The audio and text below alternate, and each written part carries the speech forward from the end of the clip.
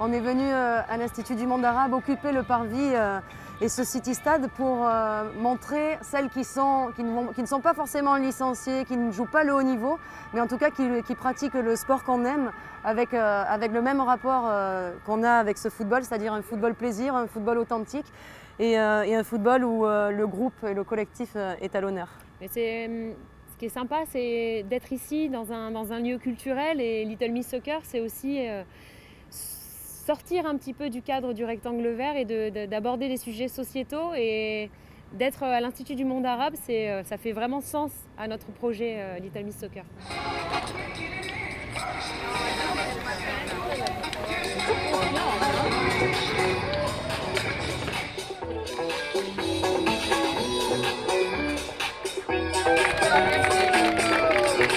Je suis venue ici pour supporter ma copine Candice Prévost, qui a monté avec Mélina Boetti un documentaire qui s'appelle Little Miss Soccer, où elle s'amuse à aller partout dans le monde à la rencontre des femmes qui jouent au foot. Quand elles ont créé cet événement et qu'elles m'ont proposé de participer avec une équipe de copines, j'ai tout de suite répondu présente.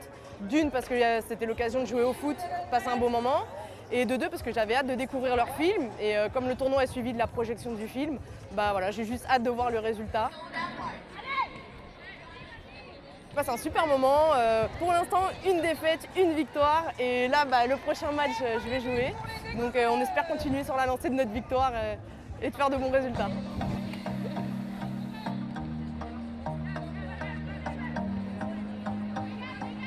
Je suis ravi d'être là aujourd'hui pour voir le documentaire, parce que je pense que c'est important aussi de voir comment les femmes jouent au foot dans le monde, parce que nous, en France, maintenant, on a la chance d'avoir quand même des professionnels, mais ce n'est pas le cas pour tout le monde.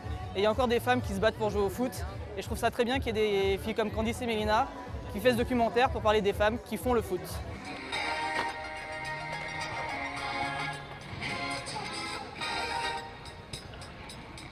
Aujourd'hui, c'est finalement un peu l'aboutissement de tout leur travail, tout leur sacrifice. Et c'était important pour moi de partager ce moment-là avec elles. Avec Candice, on a connu un peu tout dans le football féminin. On a connu vraiment le départ, l'anonymat le plus total, l'amateurisme le plus complet. Et on fait partie de cette génération qui ont eu la chance de connaître un peu la professionnalisation. Et aujourd'hui, j'ai un regard très optimiste finalement sur l'évolution du football féminin. Et je pense que la Coupe du Monde est finalement un bel aboutissement aussi. Et j'espère un tremplin pour la suite. Il y a des Little Miss Soccer, des jeunes filles qu'on a rencontrées dans le monde. Le Brésil, l'Argentine, le Mexique, l'Inde étaient représentées. Celles-là, c'est nos chouchoutes, hein. On ne pouvait pas faire autrement que les supporter. Il y avait aussi les anciennes internationales qui ont fait le bonheur des Little Miss Soccer du monde, qui avaient les yeux grands ouverts, qui brillaient. La pratique du football féminin devient...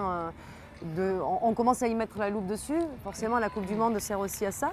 Mais je crois que notre documentaire, il ne triche pas. Et c'est ce que les gens aiment.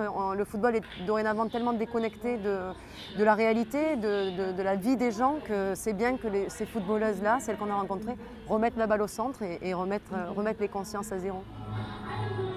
Les États-Unis, pour nos Français, c'est l'Eldorado du football. Ici, on parle de soccer et à l'origine, il appartient aux femmes.